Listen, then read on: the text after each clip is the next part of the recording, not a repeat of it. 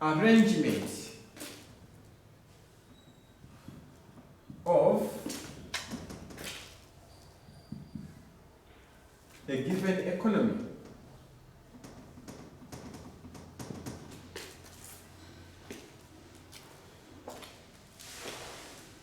Of a given economy. I have used the numerous words having related information. I've talked about the economic organization. When I talk about economic organization, I mean how a given economy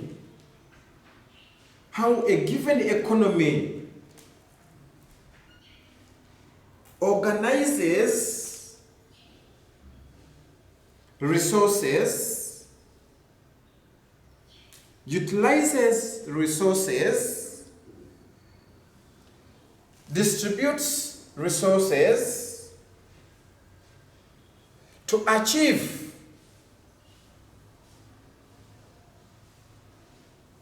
the needs or to satisfy the needs of the citizens of a particular country. When I talk about the structure and maybe composition, still we are looking at what a given economy comprises. What makes up a given economy in form of, not me, get me well, in form of resource ownership, resource allocation, resource distribution, resource distribution.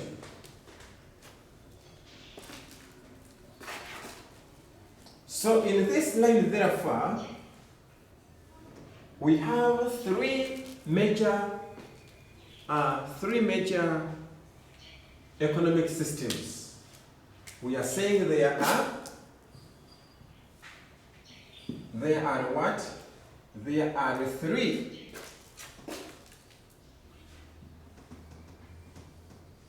major economic. When I say economy, I mean economic systems. Out of which one is called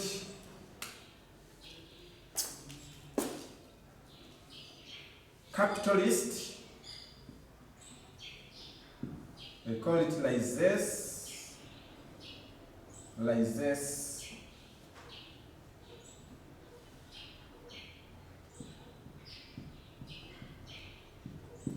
laissez-faire, which we also call capitalist,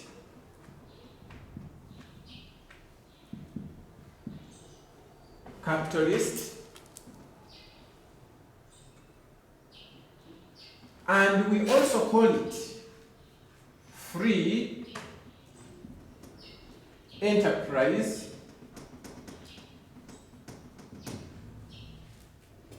economy.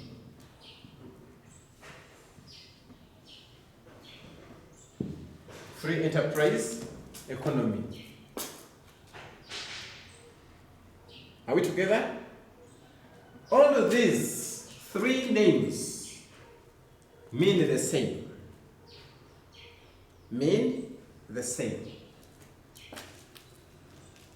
We are going to, let me first list them down and then we shall look at one by one. One by one. Then the second one.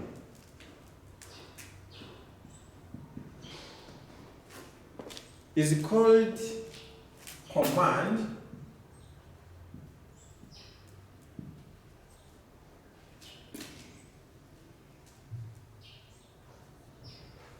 or planned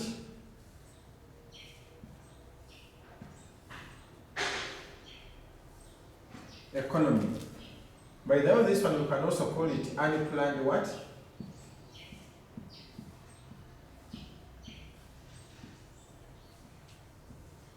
Unplanned economy.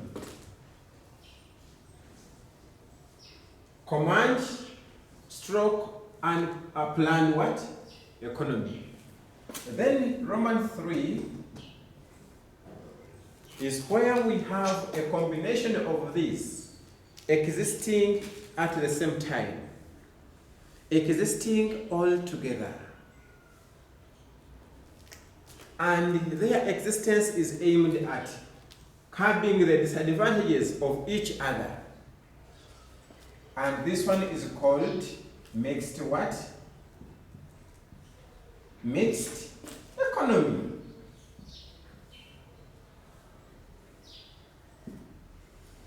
Mixed economy.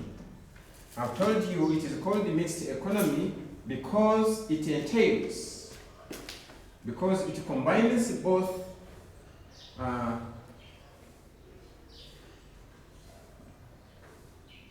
capitalist and command economy. By the way, by not forgetting, let me not forget that command economy or planned economy is also called communist economy. Communist or socialist economy. So you are finding one economic system having a number of names, but these names mean the same. These names mean the same. Okay? Yes.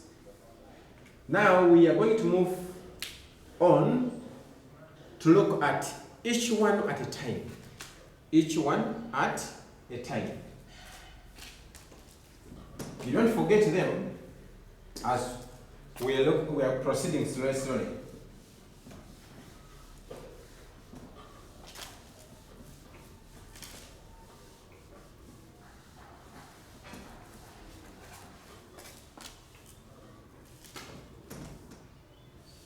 So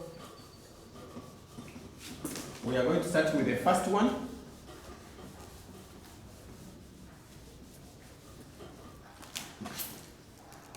The first one which we have called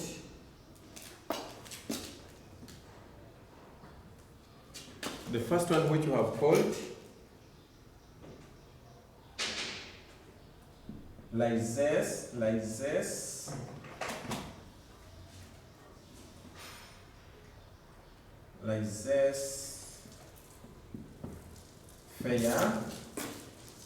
stroke, we have also called it capitalist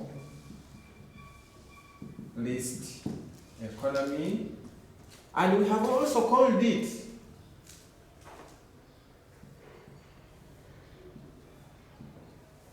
unplanned economy, also not forgetting that we have also called it what? That we have also called it free enterprise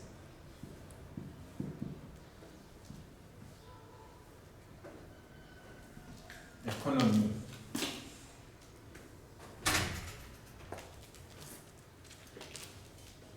Yes. Now, I'm going to give you some historical part of it. When you talk about, I told you these ones are all meaning the same. Let me start with the laissez-faire, which is not an English word. The word laissez-faire, this one here,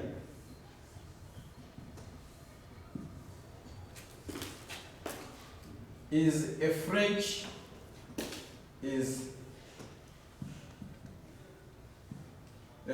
word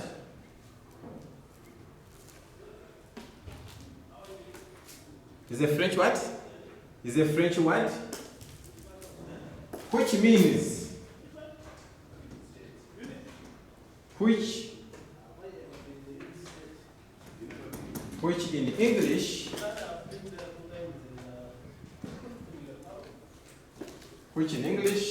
means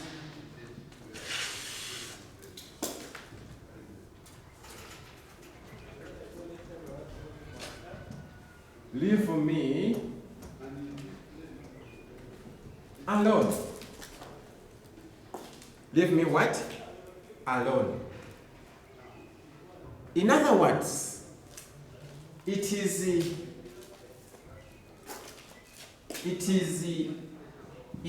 an economic,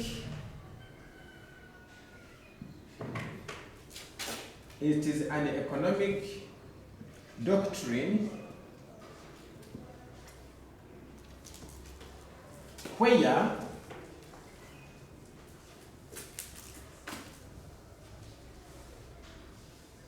there is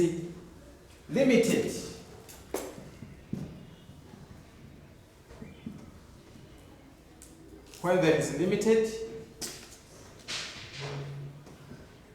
government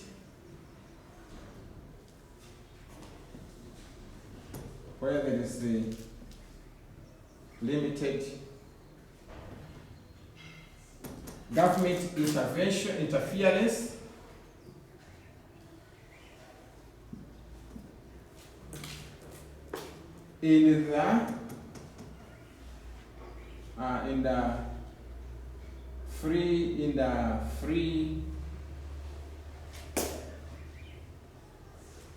in the free interplay, in the free interplay of forces of demand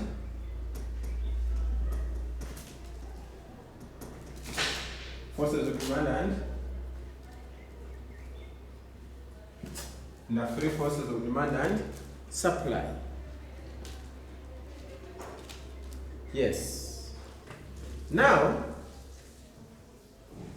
this is basing in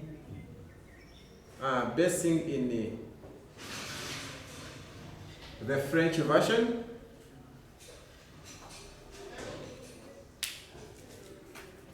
Now, let us look at its profile. That this economy, I have told you, laissez-faire capitalism, capitalist, unplanned free enterprise economy. I have started with laissez-faire, trying to tell you what it means and what is the basis of it. And then the capitalist, this capitalism, of course, emerged from the Western European side, which was aiming at making sure that resources in an economy are owned by private individuals, utilized by private individuals, then distribution is by private individuals. That is to suit their needs. All the decision making in production, as far as what to produce, where to produce, how to produce, when to produce, for whom to produce, are made by the individual producers, the private individuals. That is why we call it free enterprise. There is a high level of freedom. So, how did it come about? How did it come about? The father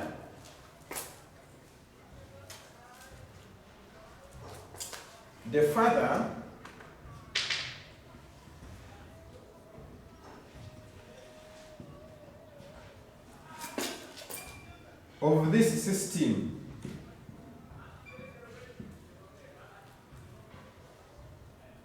was who? Was Adam Smith. Adam Smith that we are seeing here was a Scottish economist, was an economist from Scotland, a man who was born in 1723. In 1723, even when your grandparents, all of them, most of them were not yet on this earth. And when did he come up with this study or with this argument that really for countries to develop, for economies to develop, resources must be owned by the private individuals? So he came up with this argument, with his argument. Here I have told you he was born in 1923, but he came up with his argument in 1776. That is when this economic system was argued for and therefore started existing. Yes. Are you following me? Are we moving on together? Are we moving on smoothly? Hello? Let me hope that slowly we are moving at par. All right. Now we have come to understand who was the father